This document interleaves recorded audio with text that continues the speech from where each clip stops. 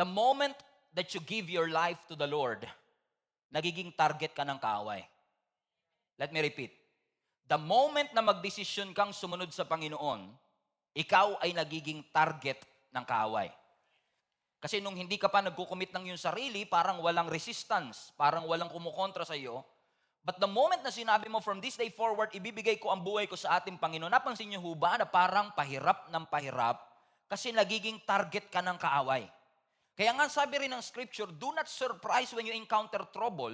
In essence, at sinasabi, pag walang trouble sa buhay mo, mas dun ka masurpresa. Kasi pag walang resistance, ibig sabihin, kakampi mo yung dyablo. Amen. Kasi kung the moment na ikaw ay nagbibigay at nag-aalay ng buhay mo sa Panginoon, mag-expect ka talaga na may mga trouble na darating sa iyong buhay. Totoo ba mga kapatid? A few weeks ago when I preached also in this pulpit, mga kapatid, I have reminded you that following Jesus includes blessing.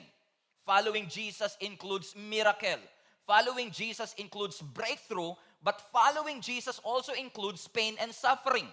Pag sumunod ka kay Kristo, hindi tayo na-exempt sa mga sakit at mga suffering na ating pinagdadaanan. Kung kaya't patuloy din tayong pinapaalalahanan ng salita ng Panginoon na kahit masakit, kahit mahirap, you have to keep moving forward, you have to keep serving the Lord, you have to keep on praying, you have to keep on moving. Bakit? Kasi merong magandang destiny na ibinigay at inihanda ang Panginoon sa atin. Magpapatuloy, padayon kahit na hindi madali ang buhay. We will continue and never surrender in spite of the loss, in spite of the criticism, in spite of the challenges and troubles that we face. Hindi tayo susuko.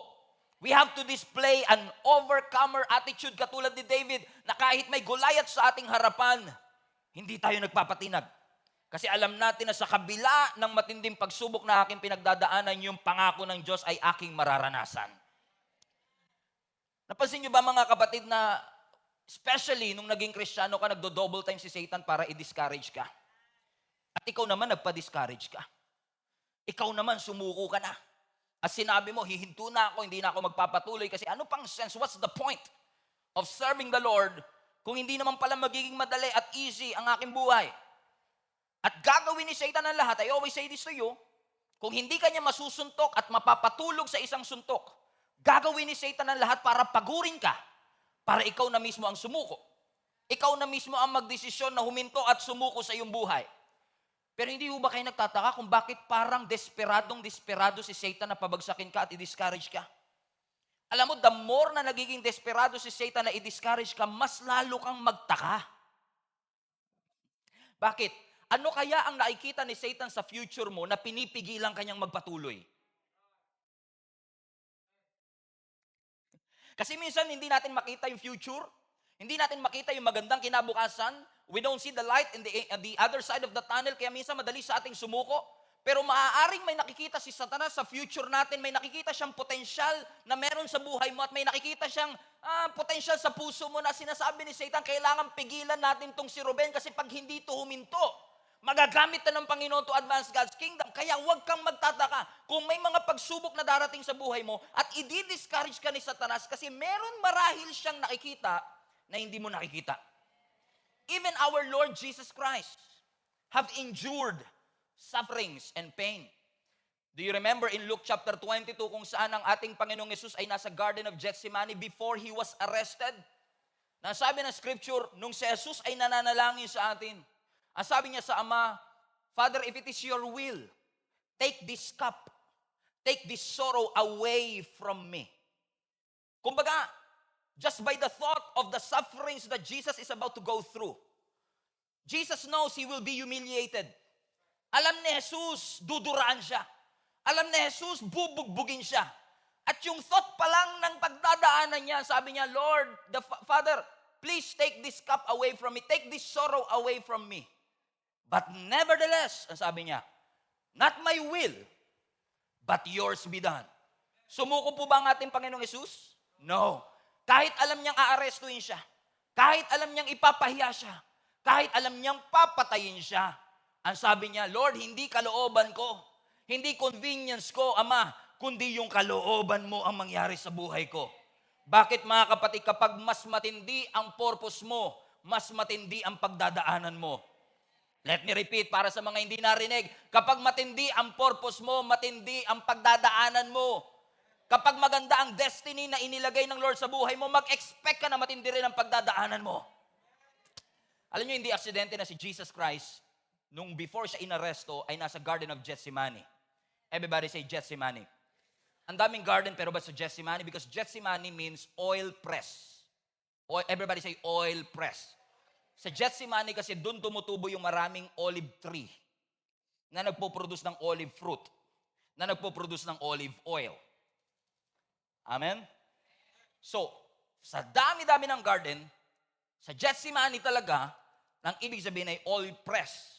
Kasi maraming olives na nagbibigay ng maraming olive fruit na kapag piniga mo, magpo-produce ng olive oil. Ibig sabihin, yung oil lumalabas lang kapag piniga. So kapag may crushing, dun nakikita yung benefits. And Jesus, in essence, was in the spiritual realm, was in essence being crushed. Kaya sabi niya, Lord, take this cup away from me.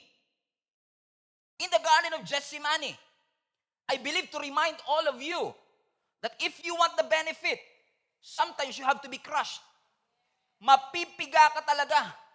Naalala niyo si Apostle Paul, no, minsan sinabi niya, we are being pressed, oil pressed. We are being pressed on every side. Naranasan niyo po ba yun, mga kapatid? Okay lang may problema, wag lang sabay-sabay.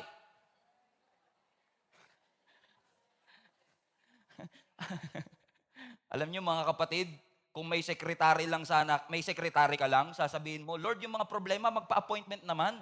Yung wag naman sabay-sabay. Pero ang realidad ng buhay, mga kapatid, hindi mo maikakalendaryo ang problema. Minsan bigla kang dadalawin yan ng walang sabi-sabi. At minsan kung kailan ka problemado, dun sila nagsasabay-sabay. Kaya ang sabi ni Apostle Paul, hallelujah. Kaya nga sabi ni Apostle Paul, sabi niya, Lord, sabi niya sa mga Corinthians, we are being pressed on every side. Ibig sabihin, kahit saan ako tumingin, may pressure. Kapag may crushing, dun lumalabas yung anointing. Kailangan minsan i-crush, kailangan minsan i-press para makita yung benefit. In fact, yung musical instrument tumutunog pag prines. Yung ilaw bumubukas kapag prines. Kapag may pressure, may effect. Hallelujah. Hindi kaya hindi effective ang buhay mo kasi iniiwasan mo yung pressure? Kasi kung may choice naman, ba't kailangan ko pagdaanan? Ayoko niyan, pastor. Ang hirap kayong masaktan. Iiyak ka, wala kang luha, sisigaw ka, wala kang boses. Pag tinatanong ka, kamusta ka na, okay naman ako. I'm strong. Pero kung gusto mo ng effect, minsan talaga may pressure. Kung gusto mo ng tunog, kailangan i-press. Minsan may pressure.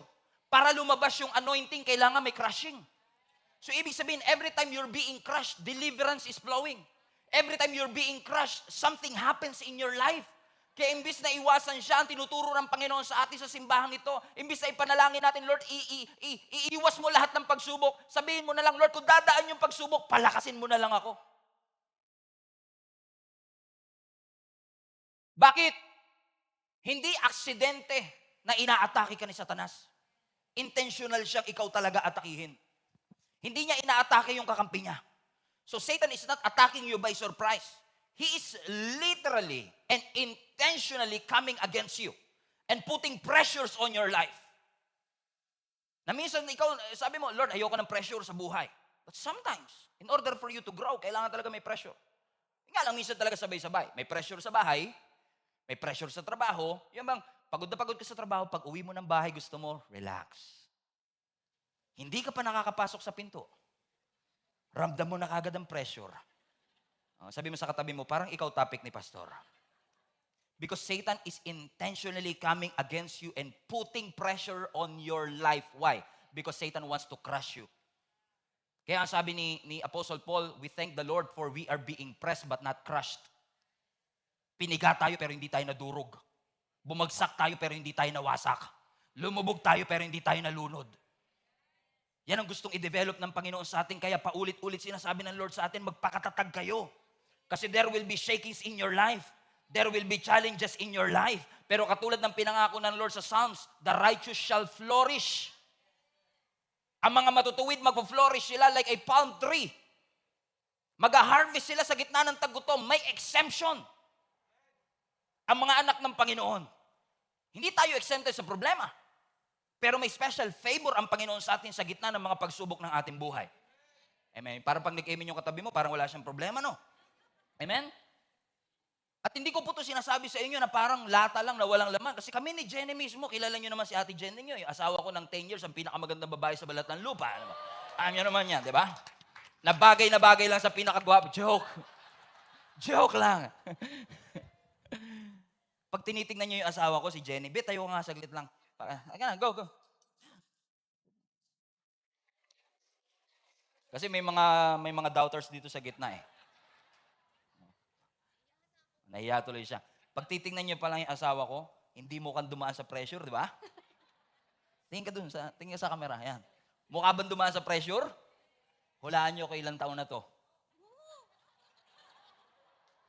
Maniniwala ba kayo mas matanda pa ako sa kanya? Hindi, mas matanda siya sa akin, pala? What's wrong with you? Pastor nyo kami, guys. Amen? Kung titignan nyo si Jenny, para hindi dumaan sa pressure. Kaya huwag kayong magpapadaya sa mga katabi nyong tad-tad ng moisturizer lang. Sabi mo sa katabi mo, moisturizer lang ba yan? Amen. Bakit mga kapatid? Kasi sa totoo lang, kung titignan mo yung katabi mo ngayon, mas pangit pa sana yan. Kung pagbabasihan yung problema lang, antindi ng problema ang pinagdaanan yan, yung eye bag niyan hanggang bewang na dapat. Antindi na sana, hindi mo na yan makikilala, pero tignan mo ngayon. Very radiant ang mukha. Parang may glory. Ang Panginoon, bakit? Pressed but not crushed. Piniga pero hindi nadurog. Amen. Nagpatuloy kasi. O tignan nyo yung mga sumuko, ano nangyari? Kasi, alam nyo mga kapatid, we are so blessed. We are so blessed. Ang mga Kristiyano, we are so blessed because we know something that other people don't. Kaya tayo nakakapagtiis. Kaya nakakapagsimba ka pa rin kahit wala kang pera. Kaya nakakangiti ka pa rin kahit wala kang pang-ulam. Parang ang dami nag-amen doon sa pera. Alam mo yan, Mars, ha? Mamaya, pautang, ha? Bakit? We know something that other people don't. Alam natin na hindi panghabang buhay ang anumang sakit natin pinagdadaanan. The pressing and the crushing season is not permanent. It's a stage of life. Stage. Nasa stage ako ngayon. Maganda yung stage. Wide shot, please. Maganda yung stage. See? Pero hindi ako dito natutulog. Hindi ako dito nagbibihes. Hindi ako dito nakatira. Kahit gaano kaganda yung stage, mamaya bababa ako kasi stage lang yan. And if you know that whatever you are going through, heartbreak, loss, difficulty, challenge, and even criticism, na lahat yan ay stage of life, na hindi ka mamamalagi dyan at hindi yan ang purpose ng Panginoon sa'yo. Kahit nahihirapan ka ngayon, kahit umiiyak ka ngayon, alam mo, bababa ka din. Alam mong matatapos din ang lahat ng bagay. Even though the enemy seeks to afflict you, even though the enemy wants to destroy you, even though the enemy wants to destroy your testimony and destroy your integrity, papahiyain ka ni Satanas, pero alam mo, hindi ito habang buhay. Na kahit mahirap, kahit malaki ang higante sa harapan natin, alam natin that greater is Jesus that is in us than he that is in the world. That in this world we will experience many troubles, but take heart, for Jesus have overcome the world. Sabi mo sa katabi mo, hindi yan habang buhay.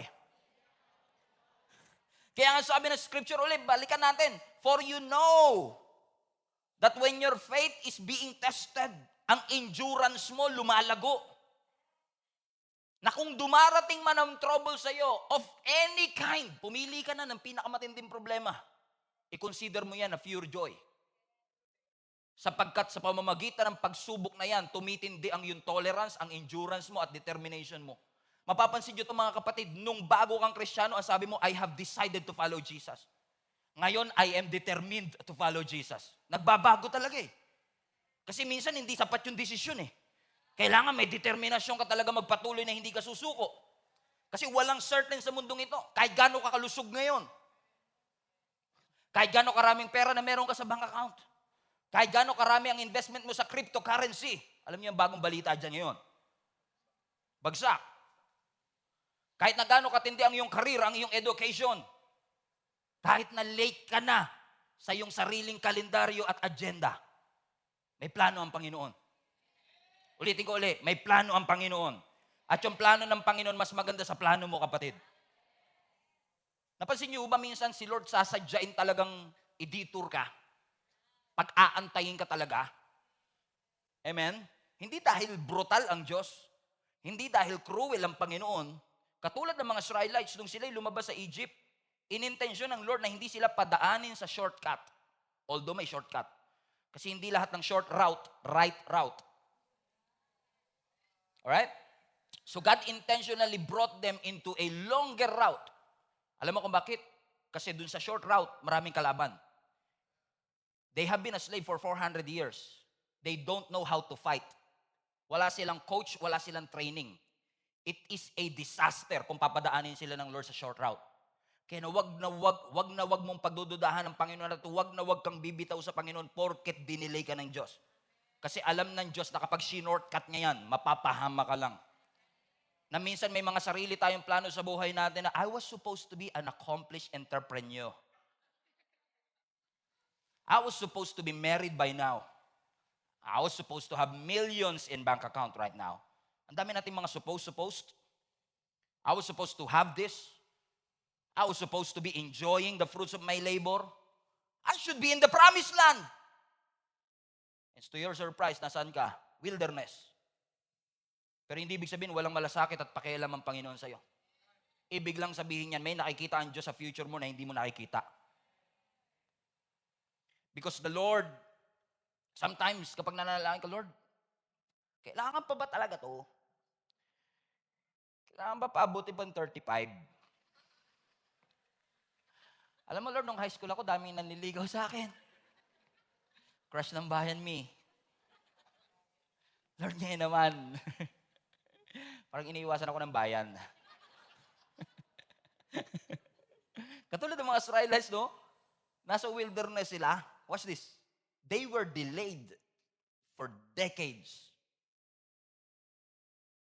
Kung wala silang tiwala sa Panginoon, nagkalas-kalas na sila eh. Salamat sa leadership, salamat sa pangako ng Panginoon, at salamat may plano ang Panginoon sa kanila. Kaya kapag na-delayed ka, kapatid, halimbawa kung, lalo ngayon, no, especially, naalala ko, more than a week ago, papunta kaming Bacolod, and supposedly flight namin ay 7, na-move kami ng 9 because of the unforeseen circumstances. Ang sabi ko lang kay Jenny, okay lang yan. Kasi kung sinadya ng Lord na i-delay tayo, malamang may layunin ng Panginoon kung bakit. Kung ganun ang mindset mo, hindi ka magagalit eh. Di ba? Kailangan lang i-train mo yung isip mo. Kung na-delayed ka, kung hindi siya dumating sa panahon na inaakala mo, sa panahon na ipinapanalangin mo, Lord, sigurado may plano ka. Because delay is not denial. Hindi porket dinelay ka ng Panginoon, hindi niya na magagamit at hindi niya na ibibigay sa iyo yun. You just have to trust the Lord. Na kung may mga delay na dulot ng trials, kasi ang trials inevitable, FYI lang. Ang mga difficult moments, hindi mo maiiwasan. And life can be brutal sometimes. But it doesn't mean na kinalimutan ka na ng Panginoon. Look at this verse in 2 Corinthians chapter 4, verse 1. Just to put this in context, ang mga disciples at that point is in constant pressure. Life and death situation. Sabi ni Apostle Paul, 2 Corinthians 4, since God has so generously let us in on what He is doing, salamat sa Lord, inalaw niya tayong gawin ang pinapagawa ng Panginoon, we're not about to throw up our hands. Hindi tayo susuko. And walk off the job. Hindi tayo basta hihinto na lang at tatakas just because we run into occasional hard times. Look at this mindset. Look at this mindset. Ang sinasabi ni Apostle po, alam ko may hirap tayong nararanasan, alam ko may mga pagsubok tayong nararanasan, alam ko may mga taong hindi agree sa atin at gumagawa ng kwento patungkol sa atin kasi gusto nila tayong patayin. In fact, sa mga early church, meron pang mga taong kaaway ni Apostle Paul na nagko-commit hanggat hindi namamatay si Apostle Paul, hindi kami kakain. Ganon sila katindi, ka-determined na papatay si Apostle Paul. Pero ano sabi ni Apostle Paul? Huwag kayong susuko porket dumaraan tayo sa occasional hard times. Hindi natin tatakasan ng pagtawag ng Panginoon kasi privilege nga to in the first place. Akala ba natin pag naglingkod tayo sa Panginoon, worry-free? Akala ba natin pag naging Christian tayo at naging follower tayo ni Jesus Christ at sinishare natin ang gospel, wala na tayong pagsubok na pagdadaanan? Meron. Pero hindi porkit dumadaan tayo sa occasional problem, I love his mindset. Hindi porkit dumadaan tayo sa occasional problem, susuko na tayo. Kasi si Paul din naman na nagsabi nung text na binasa natin, kapag may trouble, opportunity nga yan eh. For great joy and growth. Grabe yun, pastor. Consider it pure joy when you experience these trials. May cancer ka. Lord, thank you. I consider it pure joy. When you do that? No, we can't seem to understand. Pero yung tinuturo sa atin ng ating Panginoon ngayon, even though you are experiencing problems and trial, consider it pure joy. Kasi kung gusto ka talagang gawin ng Lord na fireproof, talagang idadaan ka niya sa apoy. And that is inevitable. Masasaktan ka talaga. And to be honest with you, I used to believe na lahat ng tao ayaw ng pain. Ayaw niyo ba ng pain? Come on, somebody. Ayaw niyo po ba ng pain? Mahal niyo pa rin naman ako, di ba? Pero sasabihin ko sa inyo ang totoo, hindi kayo nagsasabi ng totoo. Hindi lahat ng tao ayaw ng pain. Gusto mo ng pain. Basta may purpose. Ang ayaw natin yung pain na walang purpose. Halimbawa, natutulog ka isang araw. Tulog na tulog ka, humihilig ka, may tululaway pa. Bigla kang sinampal ng katabi mo. Bigla kang sinampal ng kapatid mo at nagising ka. Anong unang sasabihin mo? Bakit? Di ba? Kasi pag nasasaktan tayo, ang unang tanong natin, bakit? What's the point? Hinahanapan natin dahilan. Ba't mo ako sinaktan? Because sometimes kapag nasasaktan tayo, ang unang tanong kaagad natin, why? Tama. At yung sagot niya dun sa why mo, ang magdidetermine kung magagalit ka ba o hindi.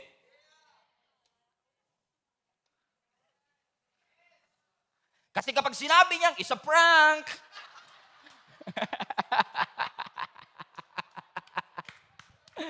O sige, it's a prank pala.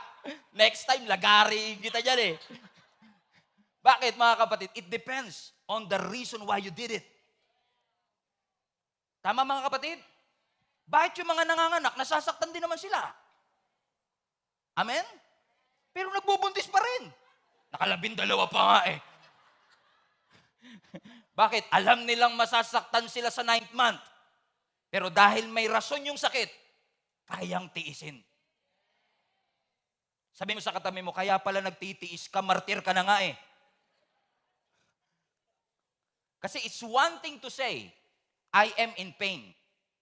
It's another thing to say, I am in pain for a reason. May rason to kung bakit ko pinagdadaanan. Katulad ng mga nanay, pinapabakunahan niyo po ba ang inyong mga anak?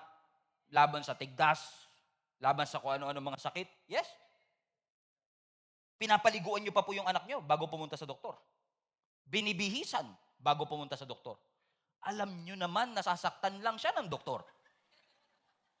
At iiyak siya pag in-injectionan siya. Tama? Ikaw pa nga nagpapatahan sa kanya, okay lang nak, okay lang nak. Alam mong masasaktan ka, alam mo masasaktan yung anak mo, pero bakit dinadala mo pa rin sa doktor? Because you know that pain will produce something good. So may I question to you, again, I will ask you this question. Sino dito ayaw ng pain? Di ba? It depends. Mas tanggap mo ang pain basta may purpose. Let me repeat. Mas tanggap mo ang pain basta may purpose. Matatanggap mong nawalan ka ng trabaho basta may purpose. Matatanggap mong nalulugi ang negosyo basta may purpose. Mas matatanggap mong nagkakalama. Kasi tanong natin, Lord, what's the point? Kasi hindi tayo exempted sa pain, but we know something about the pain that others don't. Kaya kahit mahirap mag-exercise at masakit sa tuhod, masakit sa katawan, exercise ka pa din. Tama po. Nagkakasundo po ba kayo ng mga magkakabarkada na, bukas jogging tayo. Alas 4 ng umaga, nandun na tayo sa Roas Boulevard, Jogging tayo. Ba't natatawa kayo? Alam nyo na kasi mangyayari, di ba? 8 o'clock in the morning. Tulog pa lahat. Pero sino sa inyo agree, mga kapatid? May mga kilala ba kayo nagbabayad pa ng membership fee para pumunta sa gym? Alam naman nilang masasaktan sila doon. Yung ibang ang kasama, di ba may kasama ka nga sa bahay, ayaw sumama ng jogging, ano dahilan? Mapapagod lang ako doon. Papawisan lang ako. Magbabayad pa ako. Sasakit lang yung katawan ko kinabukasan. Pero bakit may nag-gym pa din? Di makarelate sa gym, no? Okay.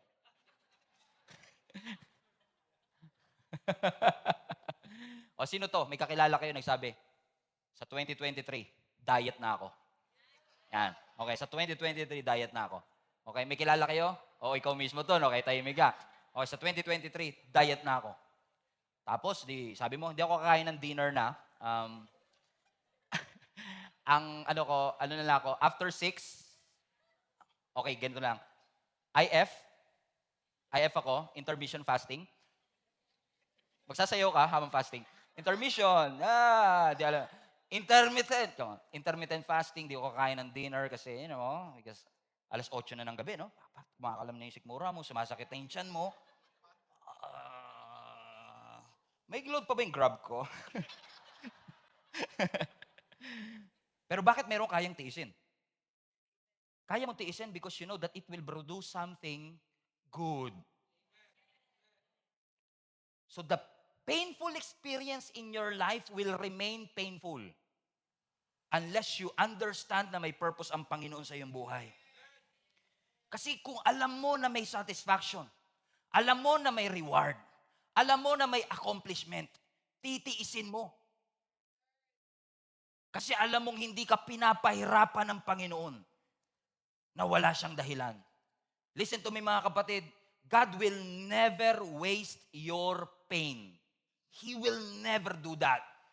Yung mga sakit na naranasan mo at dinaranas mo pa ngayon, hindi sasayangin niya ng Panginoon. Kaya wag na wag kang bibitaw at wag na wag po kayong susuko.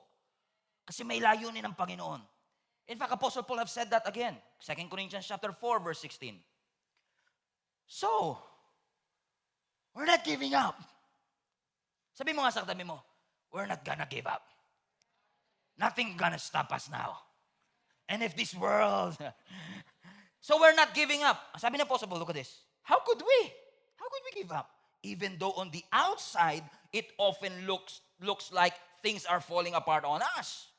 On the inside, where God is making a new life, not a day goes by without His unfolding grace.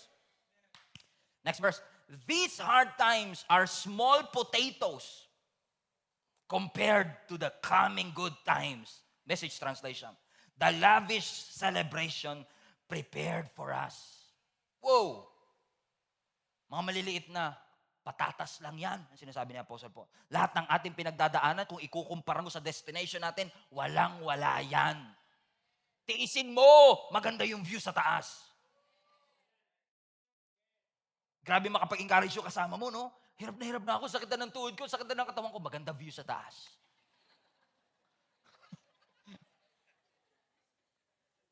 Gutom na ako para magkasya yung medium. Grabe motivation, no? And unfortunately, we are missing our purpose. Hindi natin nakikita ang purpose natin simply because we try to avoid the pain.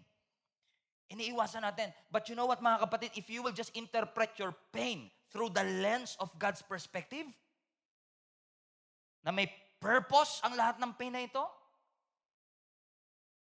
that we are not just figuring out what are we going to do with our pain, but what are we going to do in our pain. Nakatulad ng sword o ng espada, may heat, may init, at may martilyo. They keep on pounding it. Di ba yung mga espada? It looks torture. Pero hindi siya magiging effective kung hindi siya dadaan sa beating. And if you know somebody na effective sa kanyang ministry, dumaan sa matinding beating yan. Kasi hindi ka magiging effective kung hindi ka idadaan ng Lord sa mga beating ng iyong buhay. And I thank the Lord and I'm excited for you na kung hindi ka lang susuko, makikita mo yung fulfillment na lahat ng pangako ng Panginoon sa iyo. Nakakalungkot lang na lahat dadaan sa pain. Lahat dadaan sa hirap, pero hindi lahat madidiscover yung purpose. Kaya natin ito tinuturo kasi I want you to discover and I want you to be reminded. May rason po ang Panginoon kung bakit inaalaw niya na dumaan ka sa pagkawalan ng pera, pagkalugi ng negosyo, pagkawalan ng trabaho, pagkakasakit ng mga anak, paghihirap ng buhay, because God wants you to be stronger than ever. Palakasin ka para sa next season ng iyong buhay. And I'm not trying to be the smartest people here. Kasi pwedeng sinasabi mo, anong karapatan mo magsalita dyan, preacher boy? Bata ka pa. Hindi mo alam yung hirap na pinagdaanan namin. Hindi mo alam ang realidad ng buhay. I'm not trying to be the smartest people in the room. Kasi lahat tayo is trying to reconcile in our minds the meaning of our suffering. So totoo lang, kahit gaano kakatanda, yun yung nire-reflect mo, anong meaning nito, Lord? Anong purpose nito? Bata ka o matanda, pareho lang yun. We are trying to find meaning. Sinampal ka eh. Ang tanong mo, bakit? At kung inalaw ng Panginoon ng mga pagsubok sa iyong buhay, you need God to answer you. Lord, what's the meaning of this? What is the point of all of this? Bakit yung kaisa-isa kong anak kinuha mo pa? Bakit yung trabaho ko for 25 years na wala pa? Bakit yung mga magulang ko na source of our income at breadwinner, kinuha mo pa? And we cannot seem to understand why is God allowing all of these things. Mabait naman ako pa yung nagka-cancer. Ako naman yung laging nagsisimba, ako pa yung nahihirapan. Unfair to Lord. Because we're trying to find meaning to our suffering. But let me tell you again, for the second time, the painful experience will remain painful unless you discover may purpose ang Panginoon behind it. Kasi sa totoo lang, kahit kami mga pastor, kung yung preaching lang na alam niyo yun, kung ang hanap lang namin sa pagpipreach ay popularity, hindi namin ituturo yung bagay na nakakapagpasakit. And I often ask myself a question, ano nga ba ang criteria ng magandang preaching? Lagi tinatanong yan, ano nga ba ang criteria ng magandang preaching? Kapag nakakatawa yung preacher? Kapag well-researched yung teacher? Kapag well-versed siya sa kanyang ginagawa? Well, maganda kapag yung preacher mo nagpapatawa. Na hindi naman comedian na. Papunta na tayo dyan, hindi sa few moments. Okay na ang preacher ay well-researched. Maganda na ang preacher ay well-versed. Pero a great message is not about how funny the preacher is. If he is preaching the truth, that is a great message. But most of the time, truth hurts. Masakit ang katotohanan. Kasi madalas kaya masakit ang katotohanan kasi matagal ka na nagsisinungaling sa sarili mo. Kahit alam mo man naman, you're trying to convince yourself that you're doing a great job, that God is with you in all of that, and God is with you. But God will not tolerate you doing the wrong things because He wants better things in your life. That what He has started in your life, gusto ng Lord tapusin. Wag mo namang sukuan ngayon. Kasi si Lord nga may plano siya. Ang sabi niya sa atin, di ba? He who began a great work in you shall put it into completion. Gusto ng Lord matapos mo. Gusto ng Lord makarating ka sa finish line. Again, let me repeat. Hindi nakarating sa finish line, pero stressed out finished. Hindi survived finish. Hindi yung nakasurvive lang pero pagod. Kundi natapos mo at alam mong kasama mo ang Panginoon, meron kang joy at meron kang peace. In fact, hindi pinagpala yung dumaraan sa pagsubok. Ang pinagpala yung nagtitiis kahit may pagsubok. Bible verse, James 1:12. Blessed is the man who perseveres under trial. Because when he stood the test, tingnan nyo, kapag napagtagumpay, ibig sabihin, kapag natiis niya, kapag na-survive niya, everybody read this, he will receive the crown of life that God has promised to those who love Him. May pangako eh. May corona. So kahit nakabagsak ka ngayon, pwede ka pang tumayo. Si Fernando po Jr. nga, ilang beses bumagsak, nanalo pa eh. At lagi itong sinasabi ng tatay ko, yung bida, nagugulpi talaga sa simula. Pero kaya siya bida, tumatayo siya. Naalala niyo si Fernando po, nakadapa na yung ganyan, di ba? Wala, napatay na. Dati pa naman, nung panahon noon, pag namatay si Fernando po, may nagpapatayan din sa labas. Hindi nila matanggap na namatay si FPJ. Hindi ko alam kung naabutan niyo yung era na yon. Talagang mga tao, love na love si FPJ, hindi siya pwedeng mamatay sa pelikula. Kasi makakapatay din sila. Si FPJ, madalas siya yung Google Pin. Kilala niyo naman si FPJ, lagi naka-jacket niya kahit mainit Pansin niyo ba? Naka-long sleeve, tapos pawis na pawis sa dito, di ba? Pawis na pawis, babagsak siyang ganun. Magkakaroon ng dramatic music. Kala mo, talo na siya Tapos biglang magpa-flashback. Flashback. Lahat ng mga anak niya, kung paano sila naghirap noon, mga pamilya nila. All of a sudden, pagkatapos ng flashback, biglang magigising si Fernando Poe Jr. na meron siyang panibagong lakas. Sasabihin mo, isang suntok lang pala kay Patikito Diaz, talo na siya, kanina pa siya nagugulpihan. Ganun lang pala kabilis. Bakit? Dahil may naalala siya, may ipinaalala sa kanya, nagkaroon siya ng panibagong lakas. Sometimes, kaya tayo sukong-suko, hindi natin maalala. Kailangan mo ng flashback na lahat ng bagay na tinulungan ka ng Panginoon, lahat ng sakit na pinagaling ng Panginoon, lahat ng mga pintuang binuksan ng Panginoon, mga panahong hindi ka na kayo makakain pero pinakain kayo ng Panginoon, mga panahong muntik na kayo maghiwalay pero kayo pa rin ngayon. And when you start to remember what everything has done in your life, and when you stood the test, as sabi ng Scripture, you will receive the crown of life.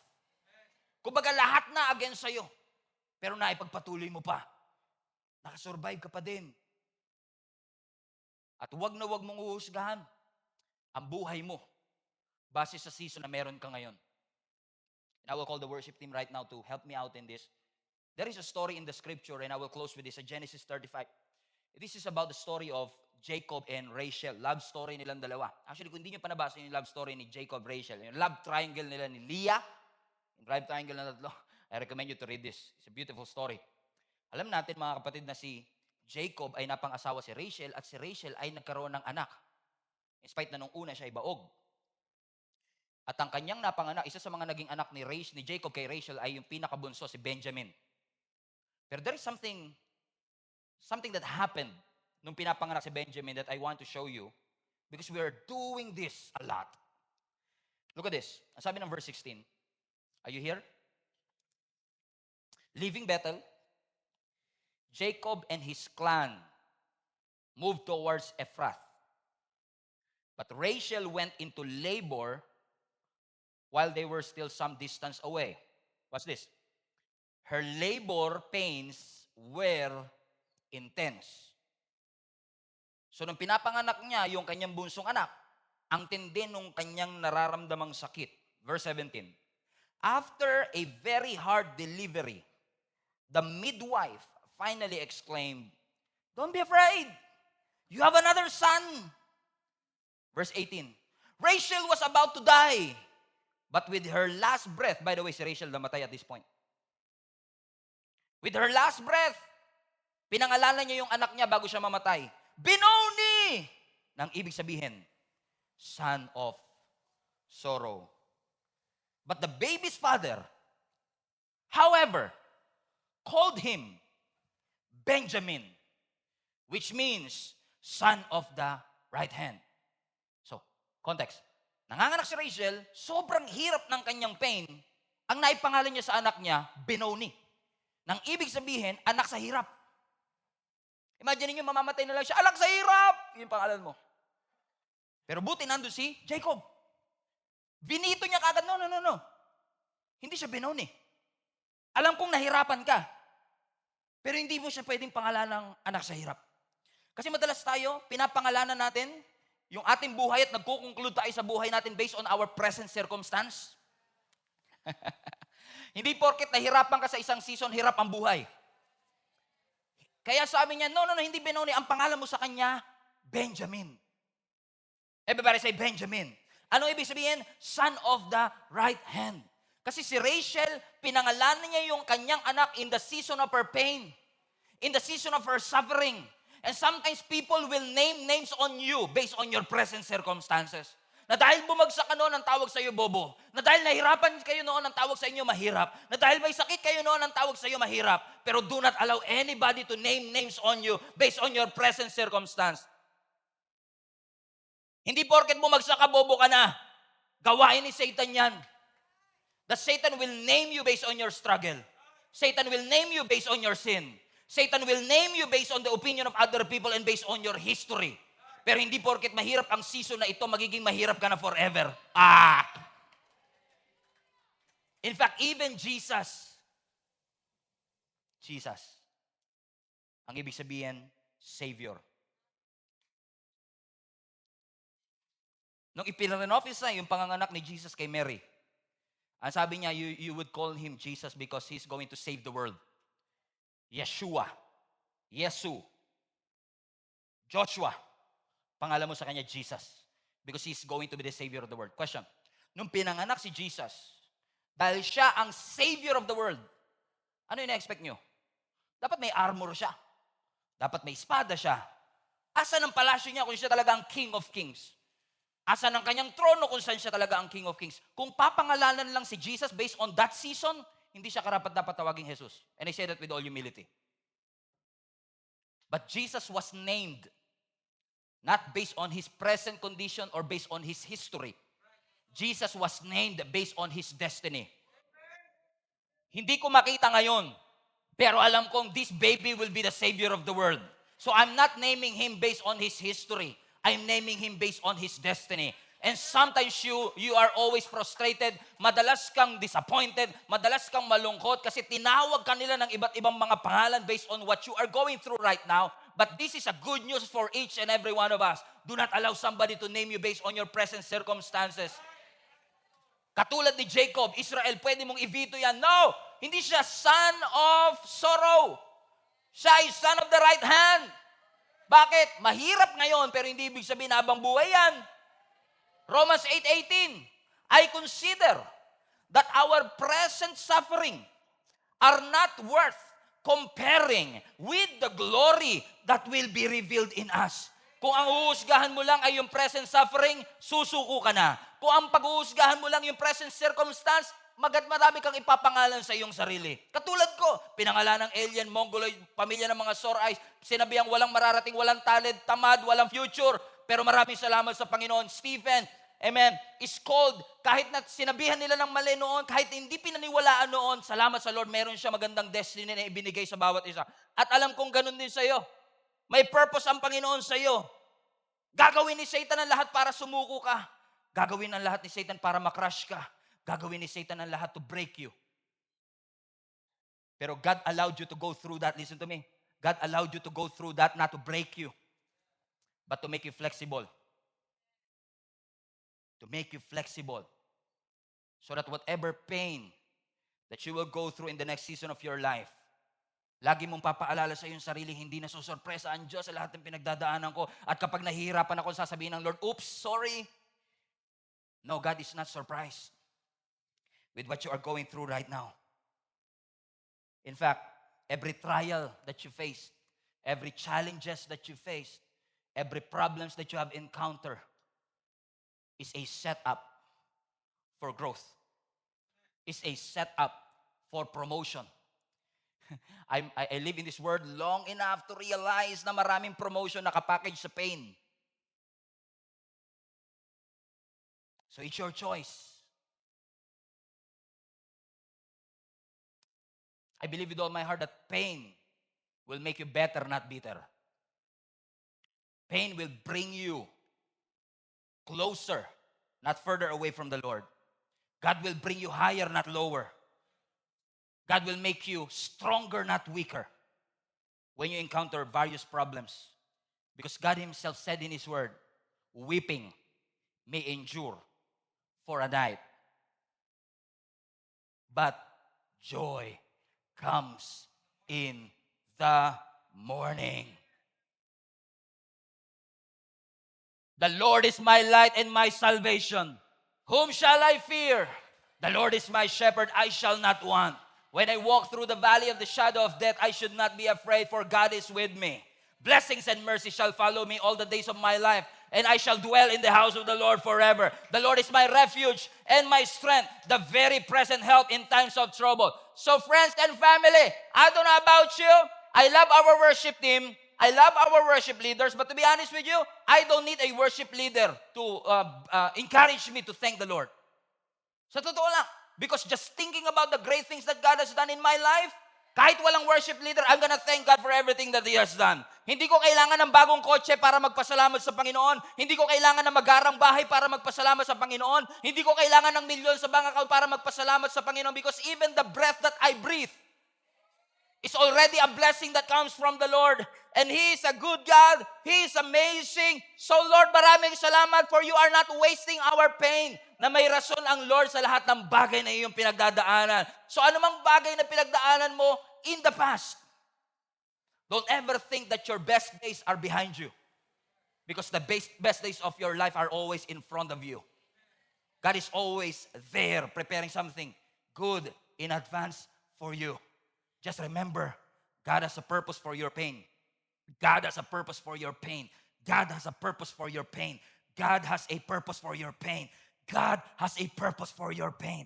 Everybody, say that with me. God has a purpose for my pain. Ano mang sakit na nararamdaman ko, may purpose ang Panginoon. Ano mang hirap na pinagdadaanan ko, may purpose ang Panginoon. Hindi hinayaan ng Lord na dumaan sa hirap ang aming pamilya na walang dahilan. May rason ang Panginoon kung ba't niya inalaw ito sa amin.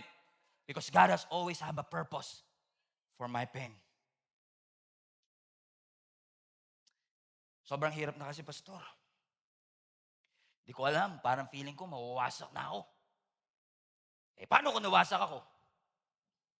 Well, kung mawasak ka man, God will fix you. Paano kung mag-crush ako, Pastor? Well, kung mag-crush ka man, God will build you up. When you're down, God will lift you up. When you are in trouble, God will help you out. When you are broken, God can make you whole. He will.